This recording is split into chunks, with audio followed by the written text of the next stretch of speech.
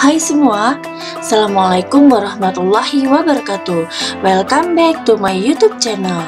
Pada video ini, saya akan membahas soal-soal persiapan tes PPPK atau P3K atau ASN ya, tentunya yang sesuai dengan kisi-kisi seri guru belajar Kemdikbud. Jangan lupa subscribe-nya ya, ditunggu, like, share, and comment. Bunyikan lonceng apabila Anda akan mendapatkan notifikasi dari video-video terbaru saya. Dengan subscribe, share, like, and comment, berarti Anda telah mendukung channel pendidikan di Indonesia pada era digital ini. Semoga video ini bisa membantu Anda mendapatkan manfaatnya, saya mendapatkan pahala. Terima kasih. Pada video ini, saya akan membahas soal pengembangan potensi peserta didik. Soal nomor 1, Diki tidak disukai oleh teman-temannya karena memiliki sikap kurang menghargai orang lain, suka berbicara kasar, agresif, dan suka mengganggu orang lain. Berdasarkan ciri-ciri perilaku tersebut, diduga status hubungan sosial Diki termasuk A. Anak yang kontroversial, B. Anak yang diterima, C. Anak yang diabaikan, dan D. Anak yang ditolak. Baik, kita lihat teori tentang status hubungan sosial. Terdapat 5 status teman sebaya. Yang pertama, remaja populer. Yang pertama ini dikarakteristik sebagai remaja yang mudah diterima, disenangi oleh teman sebayanya. Yang kedua adalah remaja rejected, ditolak, yang cenderung mendapatkan penolakan dari teman-teman sebayanya. Yang ketiga, remaja neglected, diabaikan, cenderung tidak dipedulikan oleh teman sebayanya dan memiliki interaksi yang rendah dalam kelompok teman sebaya. Yang keempat adalah remaja kontroversial atau kontroversial, remaja yang disukai oleh banyak teman sekaligus tidak disukai oleh banyak teman. Yang kelima adalah remaja average, kelompok remaja yang tidak dapat dimasukkan ke dalam kategori 4 status yang di atas ya. Jadi untuk di sini karena Diki itu kurang menghargai orang lain ya, suka berbicara kasar, suka agresif, dan suka mengganggu orang lain. Maka lihat di sini di poin kedua. Poin kedua adalah remaja rejected atau ditolak yang cenderung mendapatkan penolakan dari teman sebayanya. Berarti di sini adalah Diki termasuk anak yang ditolak ya. Karena anak yang kontroversial tidak mungkin karena dia ada yang suka dan ada yang tidak. Untuk anak yang diterima juga tidak, anak yang diabaikan tidak. Jadi yang paling tepat adalah anak yang ditolak atau rejected. Soal nomor 2, Salsabila yang duduk di kelas 2 SD menunjukkan prestasi belajar yang rendah, hampir di semua bidang studi dan jarang dapat menyelesaikan tugas sesuai waktu yang telah ditentukan. Namun, Salsabila mempunyai catatan kehadiran, kerajinan, dan ketekunan yang bagus, serta sikap belajar yang positif. Faktor penyebab kesulitan belajar Salsabila diperkirakan pada A. Bakat siswa yang rendah, B. Minat belajar yang kurang menarik, C. Tingkat kecerdasan yang rendah, dan D. Motivasi belajar yang kurang menarik. Baik, di sini kita akan belajar tentang identifikasi masalah yang terjadi pada Salsabila. Yang pertama, identifikasi kemampuan intelektual atau kecerdasan umum, yaitu yang pertama ini. Peserta didik yang cenderung selalu lebih cepat dan mudah memahami materi pelajaran dan menyelesaikan tugasnya dibandingkan dengan teman-temannya lebih awal dari waktu yang telah ditetapkan, itu dinamakan atau disebut dengan accelerate student. Lalu peserta didik yang cenderung selalu mencapai hasil rata-rata saja dan hanya dapat menyelesaikan tugasnya sesuai batas waktu yang telah ditetapkan dibandingkan dengan teman-temannya. Itu adalah average student atau murid rata-rata ya. Lalu peserta didik cenderung selalu memiliki kesulitan dalam memahami materi pelajaran, mencapai hasil yang lebih rendah dari teman-temannya, hampir selalu tidak dapat menyelesaikan tugasnya sesuai batas waktu yang telah ditetapkan atau slow learners. Ya, ini adalah yang pertama. Kita lihat di Salsabila dia sudah menunjukkan prestasi belajar yang rendah, hampir semua di bidang studinya tidak jarang hampir semua bidang studi itu menunjukkan nilai yang rendah. Maka bisa diidentifikasikan kemampuan intelektual atau kecerdasannya rendah ya. Tapi kita lihat lagi di identifikasi lainnya. Nah, identifikasi bakat misalnya di sini ya. Identifikasi bakat peserta didik yang cenderung selalu lebih cepat dan mudah memahami materi pelajaran matematika, tapi lambat dalam memahami bahasa. Itu kalau bakat ya. Tapi kalau di Salsabila ini kan hampir semua bidang studi ya. Hampir semua bidang studi, bukan hanya matematika saja ya. Tapi bakat berarti bukan ya, berarti bakat bukan. Lalu minat juga tidak. Di sini motivasi, peserta didik sering mengeluarkan ide atau gagasan. Dia tidak mengeluarkan kreativitas ya. Berarti di sini yang tepat adalah yang C, tingkat kecerdasan yang rendah sehingga menunjukkan prestasi belajar yang rendah hampir di semua bidang studi. Seperti itu ya, soal nomor 2 jawabannya adalah C. Soal nomor 3. Prestasi Amir pada sebagian besar bidang studi di bawah KKM. Berdasarkan hasil analisis himpunan data, Amir memiliki potensi mental intelektualnya di atas rata-rata.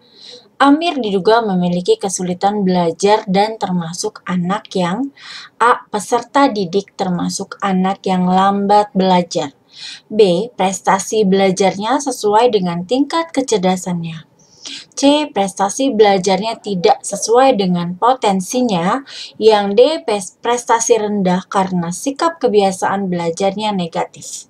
Di sini Amir memiliki potensi mental intelektual di atas rata-rata, tetapi semua bidang studinya bernilai di bawah KKM. Berarti tidak ada kesetimbangan antara kecerdasan dan potensi ya. Jadi jawaban yang paling tepat adalah yang C. Prestasi belajar tidak sesuai dengan potensinya. Ini.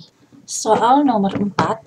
Pembelajaran sebaiknya dilakukan dari materi sederhana ke kompleks, mudah ke sulit, dan diorganisasikan agar terlaksananya prinsip belajar tuntas dan maju berkelanjutan. Hal ini merupakan implikasi pendidikan dari prinsip atau hukum perkembangan. Yang A. Perkembangan berlangsung secara bertahap. Yang B. Variasi dalam tempo perkembangan. Yang C. Awalnya diferensiasi, akhirnya integrasi. Keragaman dalam irama perkembangan. Yang D. Di sini kita akan pelajari tentang prinsip hukum dari perkembangan. Baik, yang pertama adalah perkembangan dipengaruhi oleh faktor-faktor pembawaan, lingkungan, dan kematangan, yaitu dengan hukum perkembangannya ya, dan implikasinya pengembangan atau penyusunan pemilihan penggunaan, materi, strategi, metodologi, sumber, evaluasi belajar, mengajar, hendaknya memperhatikan ketiga faktor tersebut ya. Yang pertama adalah pembawaan, lingkungan, dan kematangan. Yang kedua adalah proses perkembangan berlangsung secara bertahap. Nah, progresif, sistematik, dan berkesinambungan. Ada 3. Implikasinya program kurikulum pembelajaran disusun secara bertahap dan berjenjang. Dari yang sederhana menuju kompleks, dari yang mudah menuju sukar, dari sistem belajar mengajarkan diorganisasikan agar terlaksananya prinsip mastery learning, belajar tuntas, dan kontinuitas progres, maju berkelanjutan. Kita lihat di soal, di sini kan prinsip belajar tuntas, maju berkelanjutan ya, ini ya. Kontinuitas progres ya, kontinuitas progres, dan prinsip belajar tuntas mastery learning. Nah, ini ada nih. Di sini sebaiknya dilakukan dari materi yang sederhana, kompleks ke mudah ke sulit ya. Nah, ini ada di poin dari proses perkembangan itu berlangsung secara bertahap ya. Yang ini sebenarnya. Yang A ya. Kita lihat lagi hukum perkembangan dan implikasi yang lainnya. Untuk yang ketiga, bagian-bagian dari fungsi organisme mempunyai garis perkembangan dan tingkat kematangan masing-masing. Meskipun demikian, sebagai kesatuan organis dalam proses terdapat korelasi dan bahkan kompensatoris antara satu dengan yang lainnya. Implikasinya, sampai batas tertentu, program dan strategi belajar mengajar seyogyanya dalam bentuk correlate kurikulum atau kurikulum yang berhubungan, broad fields, ruang lingkup luas, dan subject matter oriented, berorientasi materi, subjek, sampai batas tertentu pula. Yang keempat, hukum perkembangan terdapat variasi dalam tempo dan irama perkembangan antara individu dan kelompok tertentu menurut latar belakang, jenis geografis, dan budaya. Implikasinya, terdapat perbedaan kecepatan perkembangan di antara peserta didik, ada yang cepat, normal, lambat. Guru seyogyanya sampai batas tertentu. Selain membuat program dan strategi belajar mengajar secara berkelompok, juga membuat program dan strategi pembelajaran individual bagi peserta didik. Untuk yang kelima, proses perkembangan itu pada awalnya lebih bersifat diferensiasi dan pada akhirnya bersifat integrasi antara bagian dan fungsi organisme. Ini maksudnya adalah deduktif ke induktif, dari umum ke khusus, analisis, sintesis, global, spesifik, dan global. Dari global ke spesifik lalu ke global kembali ya. Untuk yang keenam, dalam batas-batas masa peka, perkembangan dapat dipercepat atau diperlambat oleh kondisi lingkungan. Implikasinya merangsang, mempercepat, dan menghindari ekses memperlambat laju perkembangan anak didik. Untuk yang ketujuh, laju perkembangan anak berlangsung lebih pesat dari periode kanak-kanak dari periode-periode berikutnya. Lingkungan hidup dan pendidikan kanak-kanak TK sangat penting dan untuk memperkaya pengalaman dan mempercepat laju perkembangannya. Kita balik ke soal, di sini kita lihat sudah jelas ya. Jadi untuk materi sederhana ke kompleks, mudah ke sulit itu adalah tahap pada perkembangan berlangsung secara bertahap. Hukum perkembangannya itu adalah proses perkembangan itu berlangsung secara bertahap ya. Jawabannya adalah A. Soal nomor 5, perkembangan dipengaruhi oleh faktor pembawaan, kematangan, dan lingkungan sehingga terjadi keragaman individual. Keragaman individual peserta didik dalam kecakapan potensial harus menjadi pertimbangan bagi guru dalam A. Merancang strategi pembelajaran yang sesuai dengan keragaman tingkat kecerdasan peserta didik, B. Merancang strategi pembelajaran yang sesuai dengan keragaman pengetahuan peserta didik, yang C. Merancang strategi pembelajaran yang sesuai dengan keragaman kematangan peserta didik, yang D. Merancang strategi pembelajaran yang sesuai dengan keragaman prestasi belajar peserta didik.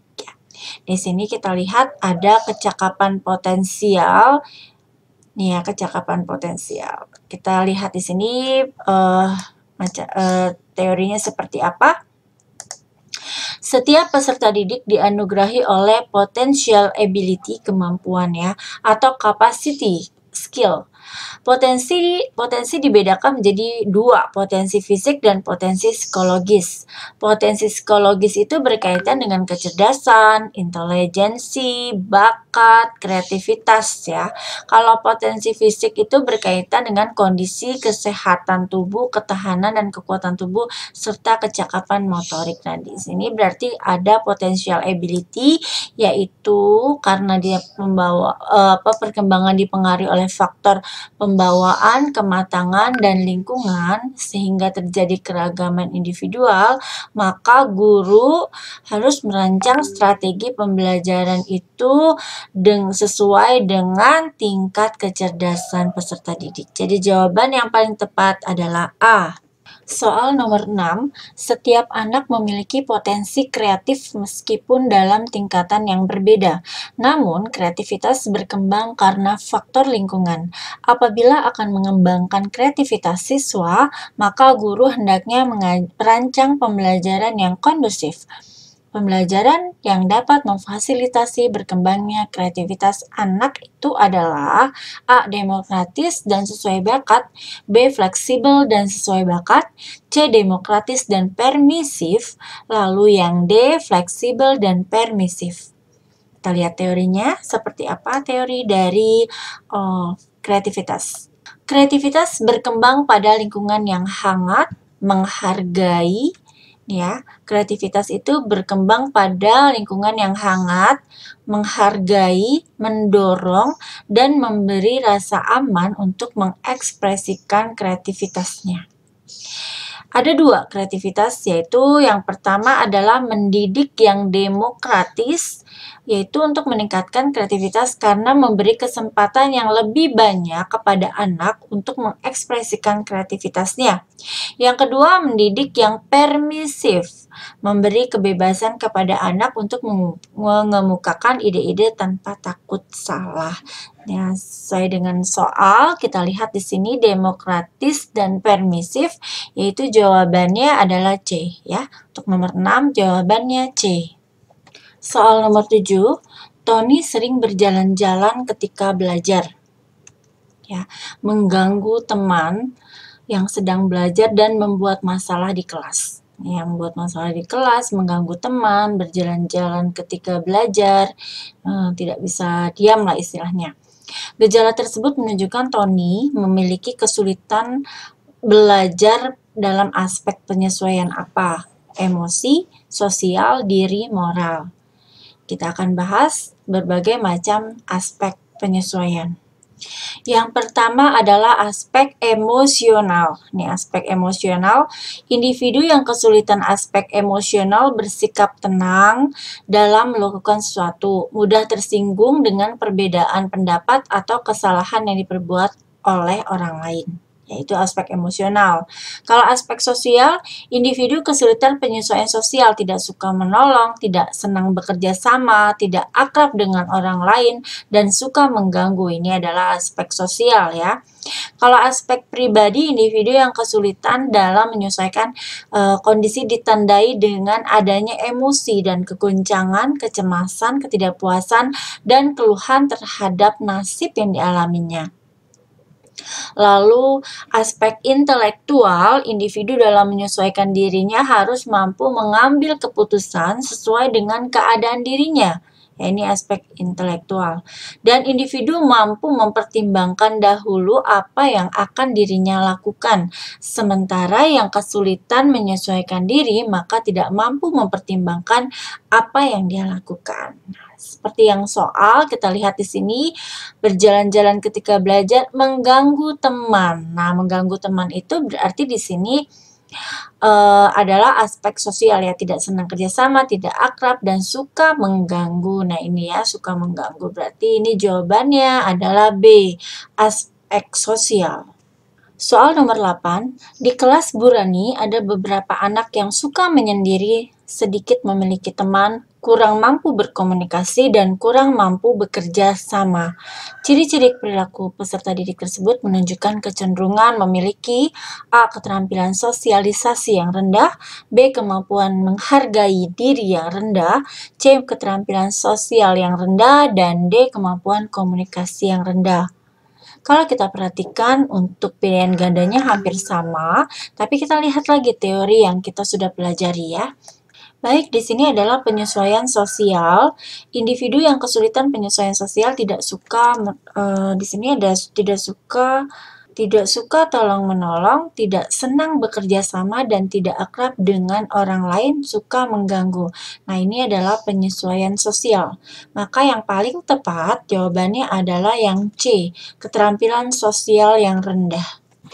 Alhamdulillah, demikianlah pembahasan soal tes P3K atau ASN yang sesuai dengan kisi-kisi seri Guru Belajar Kemdikbud. Jangan lupa subscribe-nya, share, like, and comment, dan jangan lupa bunyikan lonceng ya. Semoga video ini bisa membantu dan bermanfaat untuk Anda semua. Terima kasih. Assalamualaikum warahmatullahi wabarakatuh.